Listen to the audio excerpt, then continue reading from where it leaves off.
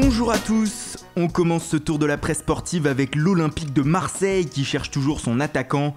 Comme révélé ces derniers jours, les Olympiens sont sur la piste de l'attaquant de Benfica, Konstantinos Mitroglou. Record indique ce matin que le club portugais exige désormais 25 millions d'euros pour son joueur. Les négociations devenant difficiles, l'OM les avait rompues hier soir, mais le club portugais serait revenu auprès des dirigeants olympiens pour continuer de négocier. Nice de son côté s'apprête à voir revenir un ancien de la maison.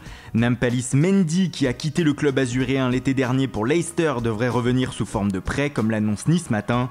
Un renfort de poids pour les Aiglons. En Angleterre, c'est le dernier jour également et les gros dossiers vont sans doute trouver une issue. Comme l'indique le Mirror Sport, Diego Costa devrait filer à l'Atlético et Oxlade-Chamberlain à Liverpool. Mais que va faire Alexis Sanchez? Selon le journal anglais, Arsenal l'autorisera à partir si les Gunners arrivent à faire signer Julian Draxler, le joueur du PSG. Le sort du Chilien est donc lié à celui de l'Allemand.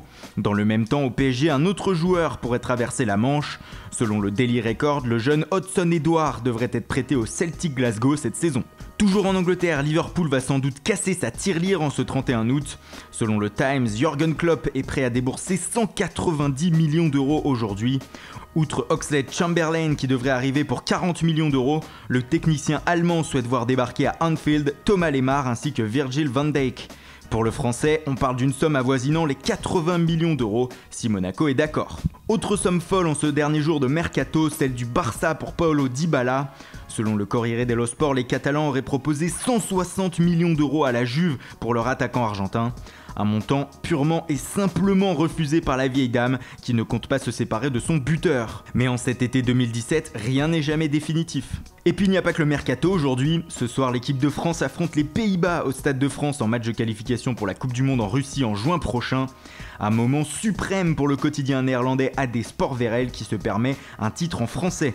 Après la défaite en juin dernier en Suède, les Bleus sont sous pression. Voilà, c'est tout pour ce matin. Restez bien connectés sur Foot Mercato. C'est en ce jeudi le jour le plus long, le dernier jour du Mercato.